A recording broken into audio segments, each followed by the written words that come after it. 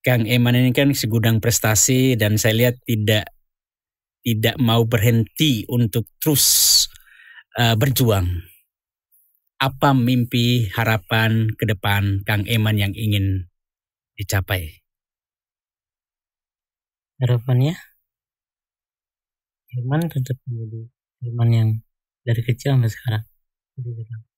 Gak bisa lebih berbahaya juga sih buat silumannya gitu kan. Karena kalau udah dikasih lebih pasti dianggap kurang gitu. Dengan saat ini yang merasa cukup, mungkin ini udah menurut siluman udah cukup lah. Pencapaian Man tetap dibilang cukup dan baik. Menjadi diri sendiri, Ya. Seperti apa adanya, Ya. tampil apa adanya, mensyukuri semua nikmat Allah yang sudah diberikan. Wow.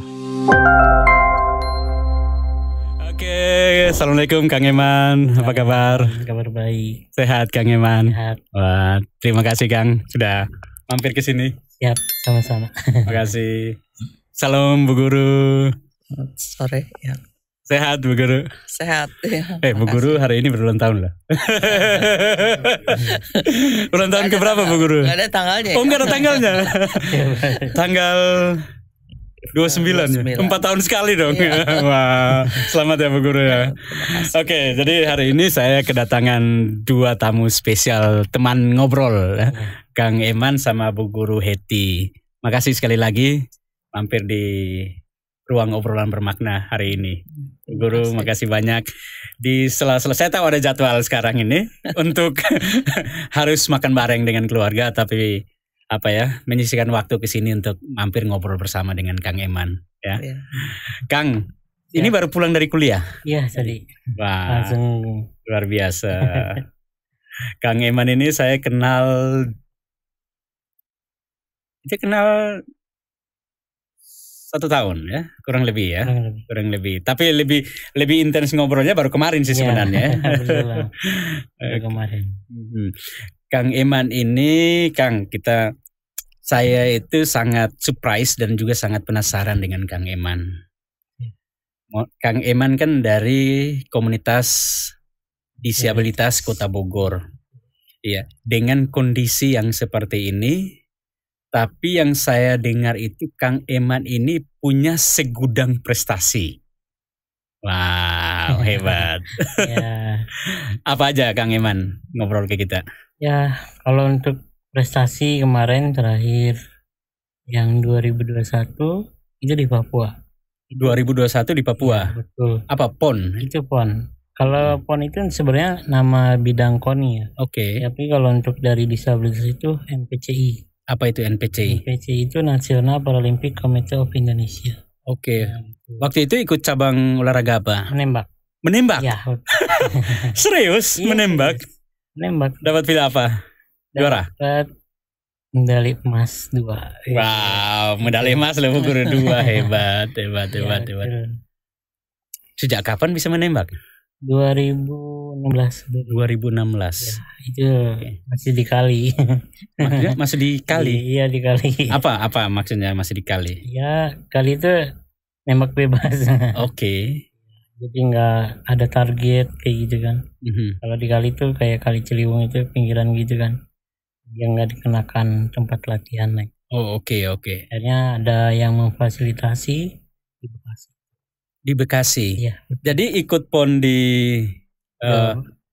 Papua. Di Papua itu mewakili Jawa Barat iya, dari daerah Bekasi.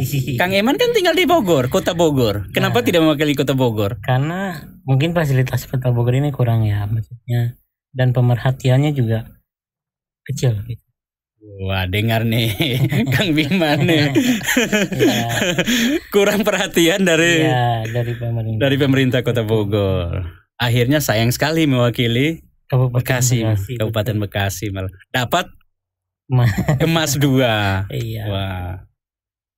Oke. Apalagi? Terus yang kedua itu di Kementerian Pertahanan di Senayan waktu itu. Sebelum Paralimpik daerah itu sebelum Porda itu ada dari Kemenhan dulu, dan itu hanya memperbolehkan ngambil 1 nomor. Dari Oke. satu nomor itu hanya 1 medali. Oke. Dan alhamdulillah lagi 1 emas lagi. Mas lagi itu nembak juga. Iya, Wah. dari Kemenhan juga. Akhirnya Wah. bawa pulang. Ini sepertinya Kang Eman ini Bu Guru spesial nembak. Iya. Nembak cewek bisa juga. Ada juga. Ya, Udah punya pacar nih. Oh, udah punya pacar Bu Guru. Nanti sebentar saya tanya Bu Guru karena Bu Guru ini saya dengar orang yang selalu mendampingi Kang Eman ya.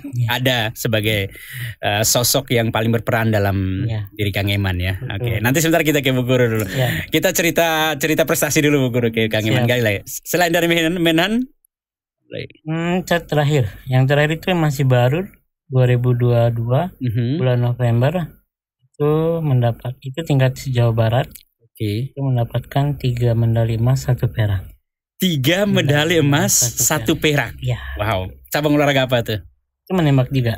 Nembak juga. Cuma Wah. nomornya diambil. Apanya? Nomornya gitu kan. Nomor pertandingannya semua diambil. Maksudnya gimana tuh? Jadi kan harusnya kalau di Kemenhan itu 1 nomor. Oh, oke. Tapi kalau di provinsi itu boleh beberapa nomor. Oh, boleh beberapa nomor. Ya. Jadi teman sendiri juga sempat nyesel gitu. Oh, oke. Nyesel berteman sama saya jadi dia nggak dapat. Dia nggak dapat medali Iya. tadinya. Hanya dapat Kang Eman empat semua medali. Iya. Wah. Penyesalan diri dianya gitu. Waktu itu mewakili mana? Daerah Sama mana? Bekasi juga. Bekasi juga. Kenapa nggak mewakili Kota Bogor sekali lagi Kang Eman? Karena perpindahan juga ribet ya dari perpindahan organisasi Oh, jadi sudah selama ini Kang Eman sudah di bawah naungan dari Bekasi. Kabupaten Bekasi. Oh, oke. Sayang sekali ya di Kota Bogor. Medalinya dibawain. Medalinya ada. Ada. Oke, nanti sebentar kita tunjukkan ada di sini. Siap. Coba. Wah, keren Kang Eman. Wah, ini segudang prestasi. Nah, ini apa nih Kang Eman? Itu yang baru. Itu November kemarin Peparda, Pekan Paralimpik Daerah Provinsi Jawa Barat. Pepardi? Iya. Peparda. Iya, yang ke Peparda 6 Jawa Barat 2022 mewakili Kabupaten Bekasi. ya, Wah, ini emas ya? ya Mas. Wah, terus ini apa lagi nih Kang? Yang mana lagi? Nah, ini yang Ini. Papua. Cabang olahraga menembak. Di Papua, Ini di Papua. Wah. Peparnas. Pekan Paralimpik Nasional. Wah, Papua 2021. Emas juga nih. Ya, Hebat nih Kang Eman. Ini juga Kang? sama itu. Sama juga, emas juga. Ini yang dari Kemenhan. Yang ini dari Kemenhan, emas juga. Wah, luar biasa nih Kang Eman. Ini emas juga nih. Sama Kang? emang. Ini yang Papua, ya. ya? Yang baru kemarin. yang baru kemarin di Iya. Jawa Barat, ya mewakili Iya. Bekasi ya. Tuh, Kang Eman dari Bogor mewakili Bekasi. Terus yang ini perunggu. Perak. Perak. Ya. Perak cabang olahraga Menembak juga. menembak juga Sama. ya. Yang kemarin ya Iya. 2022. Hebat Kang Eman. Segudang prestasi Kang Eman. Yap. Ya. Selamat Kang Eman, Siap. hebat. Tes dulu. Wah, Oke. mantap. Ini harus menjadi inspirasi buat kita. Apapun keadaan kita, apapun kondisi kita, ini harusnya bukan menjadi suatu alasan untuk kita tidak berjuang untuk meraih mimpi-mimpi. Buktinya Kang Eman dengan segudang prestasi yang ada. Hebat. Selain dengan segudang prestasi yang ada, Kang Eman juga kuliah sekarang. Iya, betul. Udah semester akhir ini. Semester akhir. Iya, betul. Wah. Selesai. Di mana? Kuliah? Di IBIK Institut Bisnis Informatika Kesatuan Bogor. Wow. Oh, Bu Guru kenapa dipanggil Bu Guru? Karena Bu Guru ini dari Persatuan Dari Gerak perguruan Badan silat, Persatuan Gerak Badan Bangau Putih, ya. Persatuan Gerak Badan Bangau Putih, dan Bu Guru adalah istri dari guru besar PGB Bangau Putih, ya. Oke. Bu Guru, bagaimana awal bisa kenal dengan Kang Eman? Pertama ya, saya waktu pertama lihat Hilman itu, dia kan rumahnya sih, saya lihat dia bawa naik pakai kursi roda. Kursi roda. Kursi rodanya itu nggak pakai ban ya man. Okay. Aku tuh terus banget, ini anak, saya bilang udah jalan dari pasar gitu, dia geluduk, bunyinya kan geluduk-geluduk, saya bilang, Ya, ya. kamu kenapa mana ininya bannya, saya bilang gitu. Oh, kursi apa? kursi Kursi ya. rodanya kursi itu rodanya hanya pelek doang. Ya. Aja Nggak ya. ada bannya. Ya, saya bilang kamu beli dong itu, saya beliin deh. Saya bilang itunya bannya kamu belinya di mana, kamu tahu nggak? Dia bilang tahu. Ayo kalau tahu nanti ke rumah saya. Kita nanti beli lah gitu. Saya bilang supaya diganti. Iya, Itu kan iya, iya. sakit saya bilang Iya, gitu. iya, iya. Ya mana? Sakit Sakit. juga. Ngeri juga ngelihatnya apa? Dekat Hebat. tinggalnya. Nah, saya juga nggak tahu karena dia lewat rumah. Jadi di depan itu di Kebon Jukut ya. Iya, iya, iya. Lewat situ. Dia baru 2 hari dia baru datang ke rumah. Katanya mau tuh dibeliin katanya. Ya udah saya akhirnya beli ya, Pan. Iya. Tuh dari situ mulai dah. Terus dia bilang, terus saya tanya sekolahnya masih sekolah nggak, sekolahnya di mana gitu. Waktu itu umur berapa Kang Eman? Itu 13 tahun. 13 tahun waktu itu. SMP. Iya, Kalau SMP. Iya. Guru kenapa bisa selain lihat prihatin dengan apa ya, keadaan kursi rodanya, kenapa bisa tertarik mau beli? Akhirnya beli baru atau hanya bannya aja? Dia bilang masih bagus, Masih minta bagus. beli bannya aja ya waktu itu. Tapi belakangan terus dibeliin juga. Dibeliin juga yang baru. Itu udah rusak, robek ininya tempat kursinya ya robek, joknya. Kita kasih yang baru juga. Jadi walaupun Kang Eman dengan kondisi yang seperti ini, ya, tapi tetap mau sekolah. Ya. Ya. Sekolah di sekolah negeri atau sekolah khusus? Enggak, khusus umum. Ya. Sekolah umum biasa. Ya. Oh, oke. Dari SD juga sama. Dari SD juga sama. Kenapa ada tetap semangat mau sekolah untuk Pertama sih informasi yang dari orang tua itu mengabarkan kalau SLB itu biayanya lebih mahal dibanding umum. Dan kalau untuk Eman sepertinya untuk secara tangan dan pemikiran tidak terganggu, akhirnya berani nggak masuk ke umum katanya. Ya berani aja, apa salahnya gitu kan kalau Man bilang. Akhirnya ya udahlah, berangkat langsung SD. Pertama kali itu ditolak, semua SD menolak. begitu? Iya, 2008 tujuan tuh ditolak. Yang kedua ditolak. Itu sekitaran rumah ya. Maksudnya biar mencari uang waktunya deket gitu sekolah berangkat. Jadi Kang Eman ke sekolah terdekat dari rumah, dari sekolah itu menolak Kang Eman. Iya betul. Dengan alasan karena pertimbangan kondisi fisik Ya, dari Kang Eman. Karena takut ada merepotkan gurunya lah, apanya lah kayak yang masih diingat sampai sekarang sih. Jadi ditolak kurang lebih 2 kali dari rumah. Akhirnya mundur terus, akhirnya pertama kalinya masuk di dekat Kebon Jukut bawah. Itu menerima dengan madrasah paling kecil, satu ruangan itu bisa tiga kelas. Satu ruangan itu 3 kelas ya. Kenapa, kan sudah ditolak, kenapa punya keinginan yang kuat keras untuk tetap bersekolah dan tidak merasa down pada saat itu? Karena si abah itu atau nenek itu nggak pernah ngajarin, jangan pernah mikir kita tuh kurang gitu. Udah berangkat aja gitu. Mungkin dari keluarga pribadi itu adalah dari orang-orang yang sering jalan gitu, ke jalan. Akhirnya motivasinya tuh kayak gitu. Jangan pernah mikir kurang gitu. Mikir lebih boleh gitu, tapi jangan berlebihan. Jadi tidak fokus kepada kekurangan ataupun hal-hal yang membuat Eman lemah, ya, seperti itu. Mikir lebih boleh. Wah, ini statement yang bagus ya. Gak usah pikir yang kurang-kurang, ya, mikir lebih-lebih boleh lah. Hebat nih. Kalau Bu Guru udah kenal dengan Kang Eman dari SMP, ikut mendampingi juga atau seperti apa, Bu Guru? Ya, saya mendampingi cuma kalau dia waktu itu ketemu dia bilang belum bayar uang sekolah ya Man, 3 bulan. Saya bilang kalau gitu biar nanti kita yang bayarin. Kami kan juga ada PGB peduli. Oke. Jadi saya bilang kamu harus terus sekolah. Saya bilang sekolah. Nanti kita yang bayarin uang sekolahnya tiap bulan. Nanti ada orang yang pergi ke sekolah itu untuk bayar uang sekolahnya.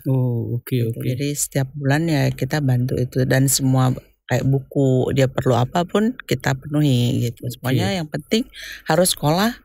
Jangan sampai harus jadi orang lah. Saya bilang begitu. jangan. Ya. kamu biarpun kondisi badan seperti ini tapi harus bisa memberikan contoh yang baik gitu ya. Banyak kan kita lihat di luar negeri dimanapun ada orang yang memang kekurangan, ada kelemahan tapi dia ada kelebihan, saya bilang. Selalu saya bilang kamu harus jadi orang. Jadi jangan sampai kamu minta-minta di jalan gitu. Itu yang saya tidak mau. Saya bilang kamu harus sekolah sampai selesai, ya Man. Gitu. Yang saya mau itu supaya Hilman jadi orang gitu. Jadi orang yang berguna gitu ya. Wah. Gimana Iman merasakan peran atau menerima nasihat-nasihat seperti itu dari Bu Guru seperti apa? Itu motivasi paling langsung ke dalam sih, langsung ke dalam. Yang ke dalam tuh langsung memahami, langsung mengerti, dan besoknya tetap harus mempraktekin apa yang dibilang ibu gitu kan. Itu sebagian pembelajaran buat kedepannya. Kalau tidak jadi orang ya berarti di rumah gitu. Kalau jadi orang gak mau keluar, mau dihargai. Itu yang ibu bilang. Kalau nggak mau jadi orang di rumah. Ya. Kalau mau jadi orang keluar dihargai. Pasti dihargai. Mohon maaf Kang Eman, kalau keluar rumah pasti dihargai. Tapi dengan kondisi fisik yang Kang Eman terus ditolak beberapa kali juga seperti itu. Apakah itu tidak menjadi sebuah trigger buat Kang Eman untuk, wah kalau saya keluar rumah justru saya akan mendapatkan dipandang sebelah mata gini. Kalau untuk anak kecil pasti. Iya kan, karena dia nggak punya beban pikiran, akhirnya ceplos-ceplos ya kan. Tapi kalau orang seumuran, dewasa atau kakak kelas gitu kan, dia mikir 2 kali. Oke. Sejahat-jahatnya orang pasti ada pemikiran. Ada pemikiran seperti itu. Jadi Kang Eman selalu berpikir positif, nggak mungkin lah orang berpikir seperti itu kayak Kang Eman. Ya, yang penting dari kitanya juga baik dan berbahasa, dijaga itu. Iya. Yang penting dari kitanya baik, insya Allah orang lain juga baik ke kita. Jangan pernah mengharapkan orang lain baik kalau kita sendiri nggak baik ya Bu Guru ya. Sorry sebelum kayak ini Bu Guru. Kang Eman, Bu Guru di mata Kang Eman itu seperti apa? Ibu paling nomor 1. Dibanding banyak sih ibu-ibu yang juga yang sayang sama ibu, tapi itu hanya sayang untuk pemerhatianan, intinya kecil gitu. Kalau ibu sampai detail banget, sampai apanya semua diperhatiin sama ibu, makanya pasti apa-apa ke ibu gitu. Intinya ibu segalanya.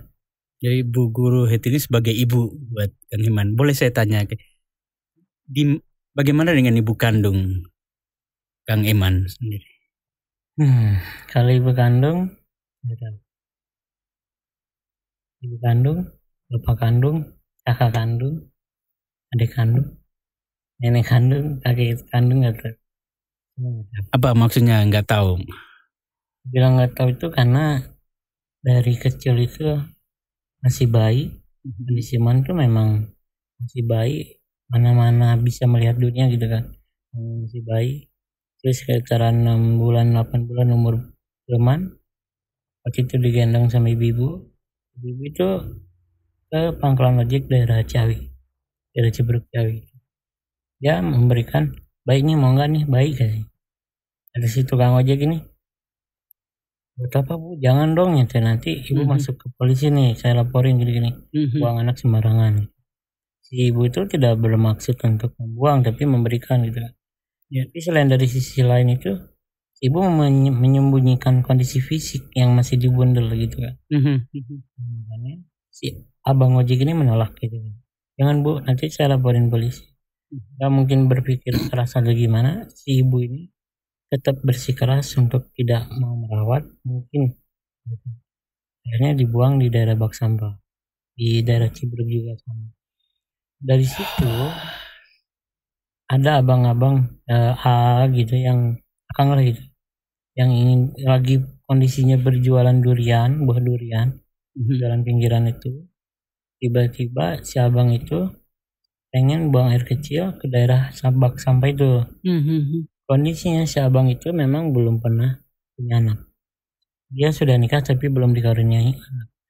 Udah 2 tahun nikah. Akhirnya dia tidak berpikir panjang. Setelah buang air kecil, akhirnya dia melihat kondisi itu Hilman.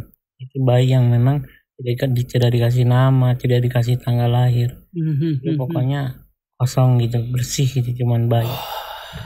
Akhirnya dibawa pulang. Nyampe rumah ketahuan fisiknya kecil. Kaki itu setengah badan kecil ke bawah. Nah, mungkin nggak pikir panjang, tetap mungkin menikmati karena ya itu nggak punya anak gitu. Dari situ cerita aslinya, namanya ibu kandung satu darah itu nggak tahu gimana. Akhirnya dirawat sampai 2016 dan terjadi kehilangan lagi rasa paling dalam sedihnya gitu.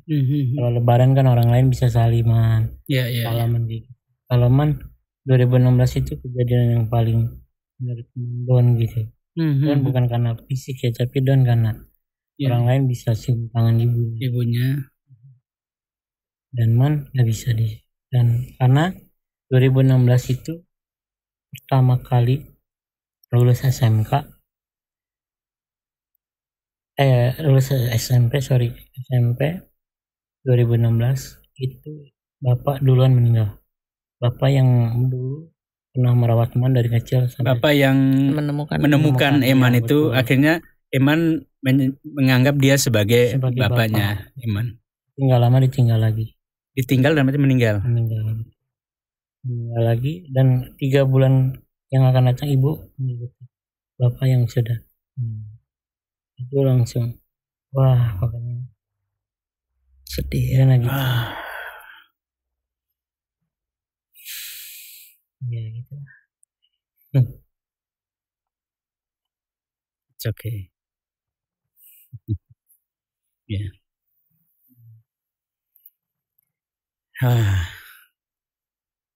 Sorry kalau saya gali sedikit. Tidak apa-apa, Kang. Yap. Sejak kapan Kang Eman tahu kisah ini? Sejak kelas 2 SMP. Kelas 2 SMP.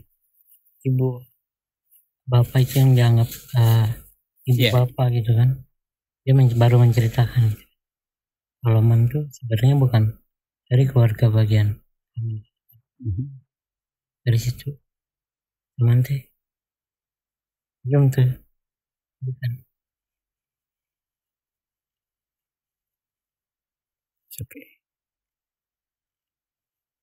Oke, kalau nggak mau lanjut diceritakan. Tapi di situ tuh jadi kayak apa ya maksudnya? Kok baru cerita gitu? Iya.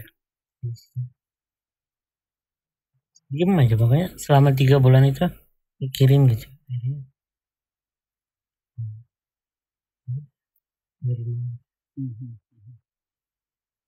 Tapi dari situ tetap rasa sayang Man yang menemukan itu gak akan pernah hilang. Karena kalau Man gak ada ibu itu, gak ada mereka, mungkin bisa besar sampai sekarang. Betul. Al-Fatihah untuk mereka, ya. Dan terus ya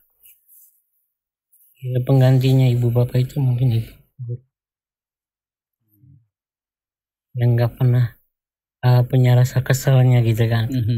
Tetap dikasih tahu baik buruknya, tetap ibu kasih tahu. Itu benar-benar kayak ya mungkin ya Allah benar kata mantu ya ini penggantinya.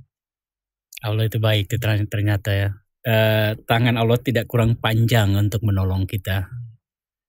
Allah tidak kurang akal untuk memberikan pertolongannya, mencurahkan kasih sayangnya.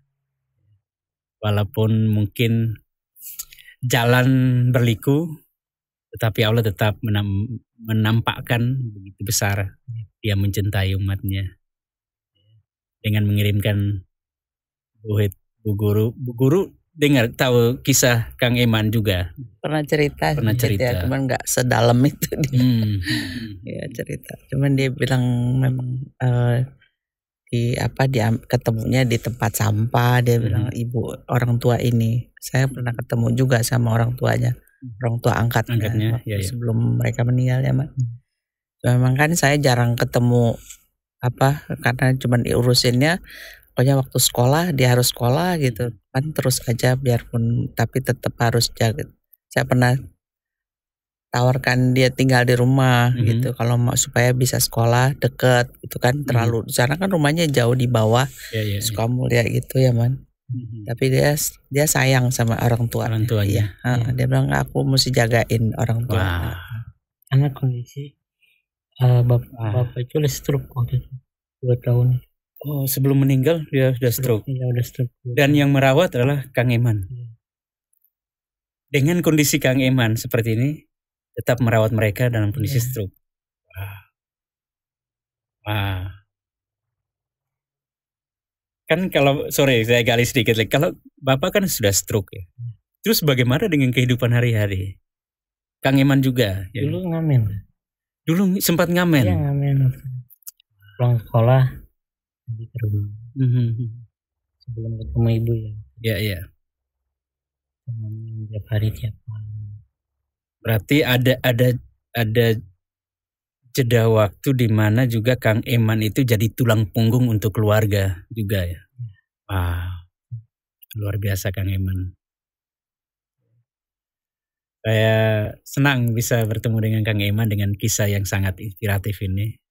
Dengan berbagai perjalanannya yang tidak mudah, tapi dapat melewati, dan sekarang kita lihat Kang Eman dengan segudang prestasi.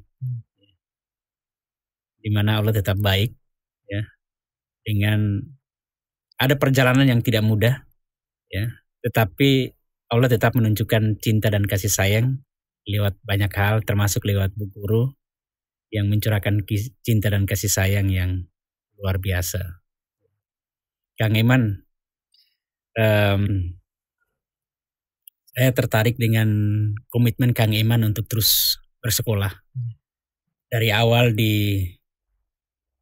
ditolak di beberapa sekolah, tetapi terus berkomitmen untuk sekolah.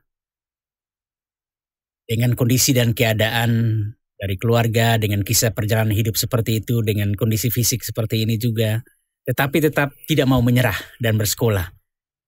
Sekarang kuliah. Boleh saya tahu apa yang paling mendasari yang membuat alasan Kang Eman untuk tetap bersekolah, berkuliah? Ya karena mungkin kalau mana SMK aja gitu kan, apa SMA aja, untuk sistem kerja tuh sulit kayaknya. Jangankan SMK gitu, lihat pandang aja sudah mungkin berpikiran bisa kerja atau enggak gitu. Mungkin siapa tahu kalau misalkan nanti setelah lulus sarjana ada pandangan dari sistem SDM. Karena kan yang dilihat ini SDM-nya bisa baca enggak, bisa warna atau enggak, itu kan yang selalu sangat meremehkan ya. Mensisihkan. Ya. Jadi lebih supaya untuk ada skill untuk bisa untuk berdiri di kaki sendiri istilahnya ya, untuk bisa bekerja ya.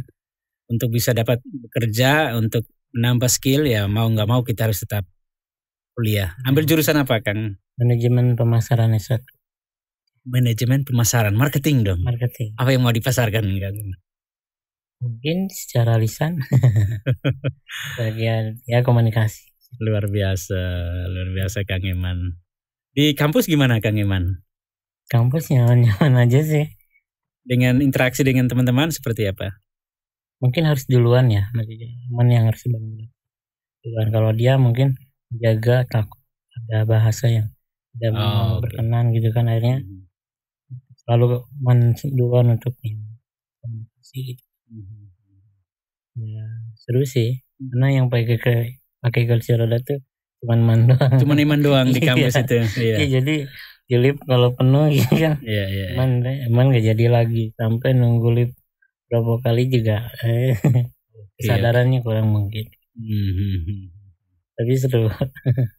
Di kampus sudah ada ini nggak belum fasilitas untuk disabilitas nggak, kursi roda? Belum.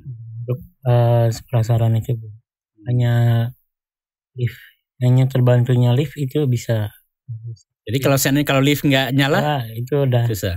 Itu bukan susah sih, bisa. Tapi kan mau datang ke situ kan untuk belajar gitu. Iya. Dan untuk berpikir, bukan untuk nyampe sana capek gitu kan. Buat santai-santaian itu. PR buat ini pesan saya buat IBIK ya. IBIK Kesatuan dan seluruh sekolah di Kota Bogor universitas yang belum ini ada, tolong perhatikan juga sarana dan prasarana untuk orang-orang seperti Kang Eman ini. Ya, kita harus menyediakan fasilitas yang ramah kepada saudara-saudara kita dari disabilitas. Ya, kita nggak boleh egois, nggak boleh sombong, nggak boleh angkuh dengan kesempurnaan kita. Ya, kita juga harus memberikan ruang untuk saudara-saudara seperti Kang Eman, karena ada semangat yang tinggi, ya, ada semangat yang sama atau lebih tinggi juga dari teman-teman yang lain. Jadi harus memberikan fasilitas yang sama juga, saya kira. Ini PR buat Om Yandi nih, perlu sampaikan ke Yayasan Kesatuan untuk tolong siapkan fasilitas untuk penyandang disabilitas. Ya.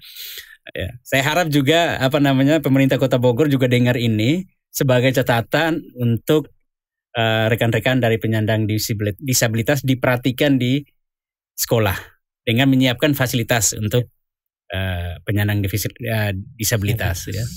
Tapi tidak sekolah saja kali ya. Oke. Untuk kerja juga kan harus difasilitasi untuk penyandang. Betul. Di semua tempat lah ya, di tempat kerja, fasilitas umum, transportasi umum. Betul. Nah, Kota Bogor kan punya tagline itu visitnya kan kota ramah keluarga. Ya, mungkin kita saran harus ada juga kota ramah disabilitas ya. Supaya karena kita setara jadi itu. Punya hak yang sama.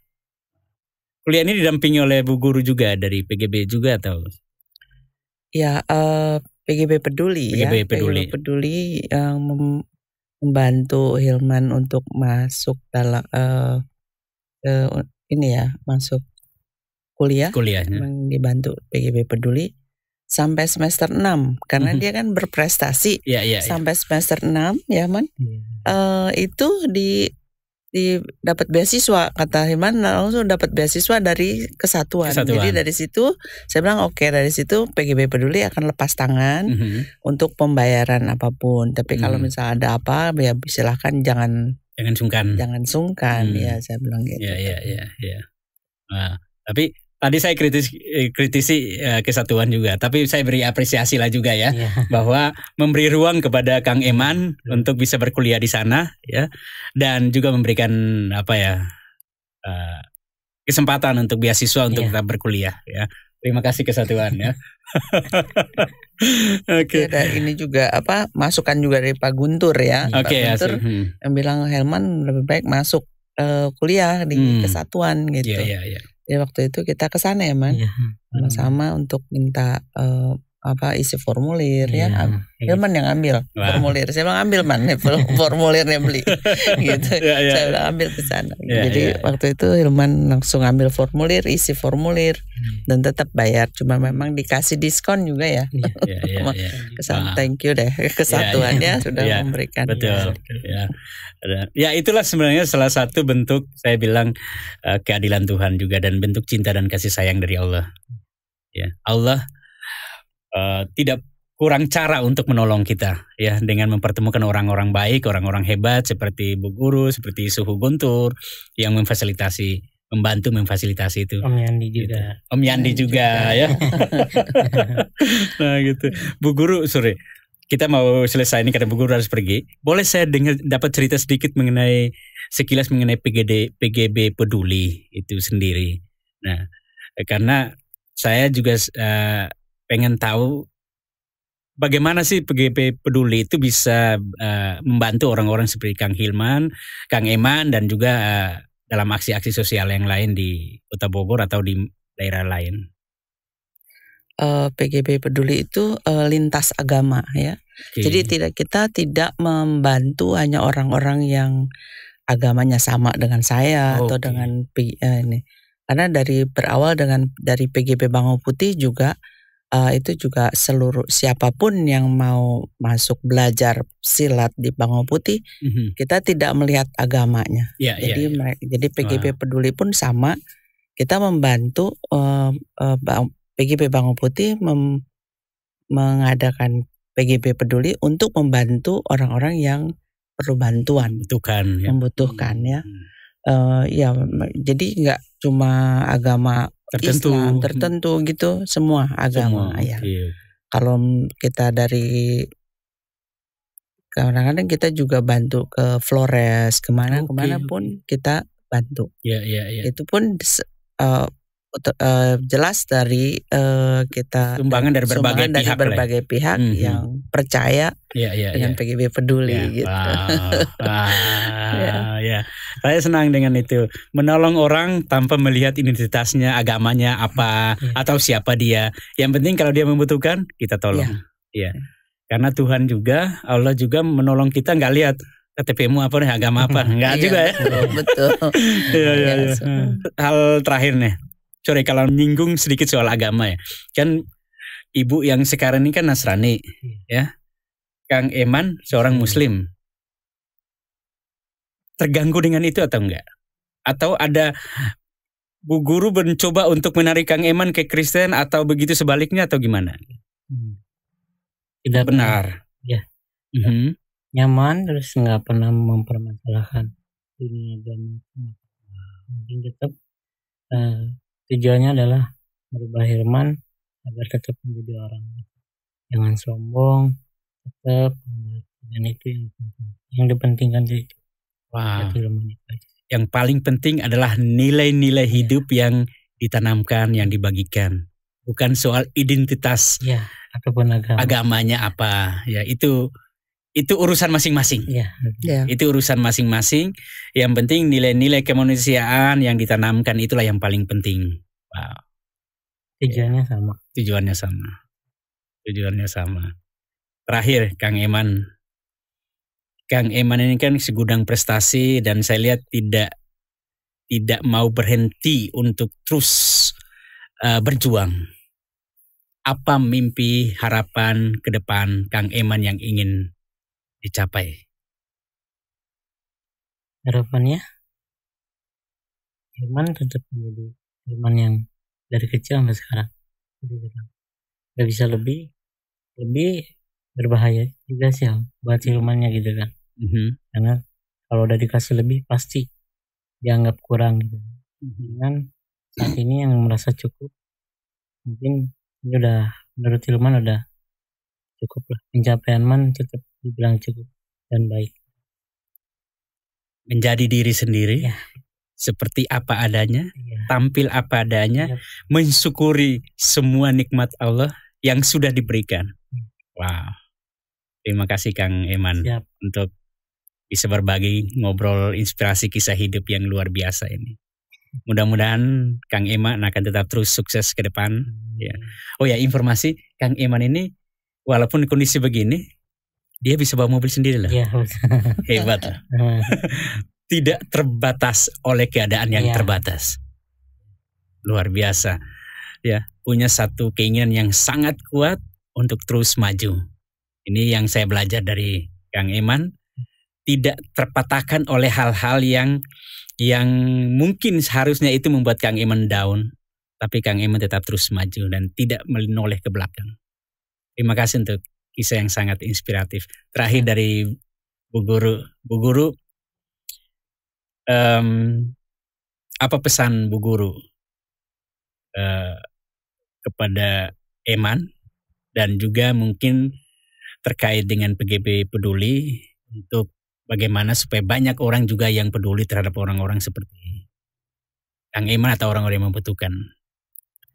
Ya, untuk kalau saya bisa berbicara untuk PGP Peduli, kita mau, kalau saya pribadi dan PGP Peduli itu ingin membantu untuk orang-orang yang membutuhkan, yang tidak bisa sekolah itu bisa sekolah gitu ya, supaya mereka lebih pintar, lebih tahu bagaimana membawa diri, supaya mereka juga tidak tidak di bawah terus ya, bisa Iya. mereka juga bisa menjadi orang yang lebih dan bisa menolong orang lain juga.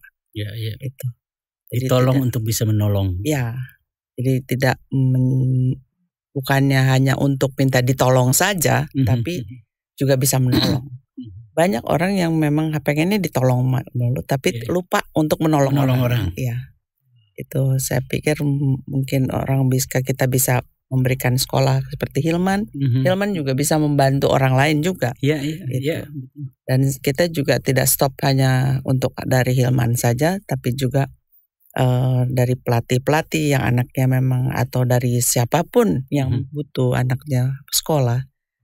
Juga saya pengennya mereka bisa sekolah dan menikmati pelajaran dan membantu itu. Harapan untuk Kang Eman gimana sebagai anak nih? Pernah dijawarin nggak Bu Guru? Sering dijawarin. Sering dimarahi. Oh gitu. Bilang, ya, karena saya bilang jangan melihat satu agama saja. Saya bilang saya nggak mau kamu lihatnya satu agama. Tetap kita harus membaur ya. Karena di Bogor ini dilihat semua kebanyakan orang membaur. Iya. Jadi jangan lihat hanya sisi gelapnya aja, harus lihat juga sisi terangnya. Gitu. Semua agama itu baik. Iya. Itu namanya. Selalu nggak boleh lihatnya. Iya. Ya itu aja. Ini suara hati dari pesan dari seorang ibu. Ya. Terus membuka hati, membuka diri, ya. Hidup dalam keberagaman, ya, menikmati kebersamaan yang ada. Insya Allah rezeki dari Allah terbuka dari mana aja, dari siapa saja. Betul ya Bu Guru ya? Makasih banyak Bu Guru untuk waktunya hari ini. Terima kasih sudah jadi orang yang begitu hebat, begitu yang luar biasa, yang peduli kepada Eman, dan mudah-mudahan ke Eman-Eman yang lain, Eman juga bisa dapat mentransferkan spirit ini, ya, peduli ini kepada teman-teman yang lain, ya. Ada saatnya kita memang ditolong, tapi seperti yang tadi Bu Guru bilang, kita juga ditolong untuk kita bisa menolong. Mudah-mudahan kisah Kang Eman hari ini menjadi kisah yang sangat bermakna, yang menginspirasi banyak orang. Sekali lagi terima kasih banyak. Sukses selalu Kang Eman, Bu Guru. Terima kasih juga sama para donatur ya. Oh iya. Tidak ada donatur, PGB Peduli tidak berjalan. Gitu. Ada banyak orang-orang baik di luar sana. Terima kasih banyak untuk kebaikan saudara-saudara semua. Kang Eman sebagai salah satu contoh menikmati kebaikan yang telah saudara-saudara berikan, entah itu melalui PGB Peduli ataupun melalui apa saja yang sarana yang disalurkan. Yang jelas kebaikan kalian itu membuahkan sebuah hasil yang luar biasa. Salah satunya Kang Eman tidak terbatasi oleh keadaan apapun yang siap untuk membatasinya. Kang Eman siap untuk menerobos itu, menjadi Kang Eman yang tidak terbatas. Amin. Terima kasih Kang Eman. Terima kasih Bu Guru. Sukses selalu. Om Ben. Thank you. Just dulu. Selamat ulang tahun Bu Guru. Terima kasih Bang.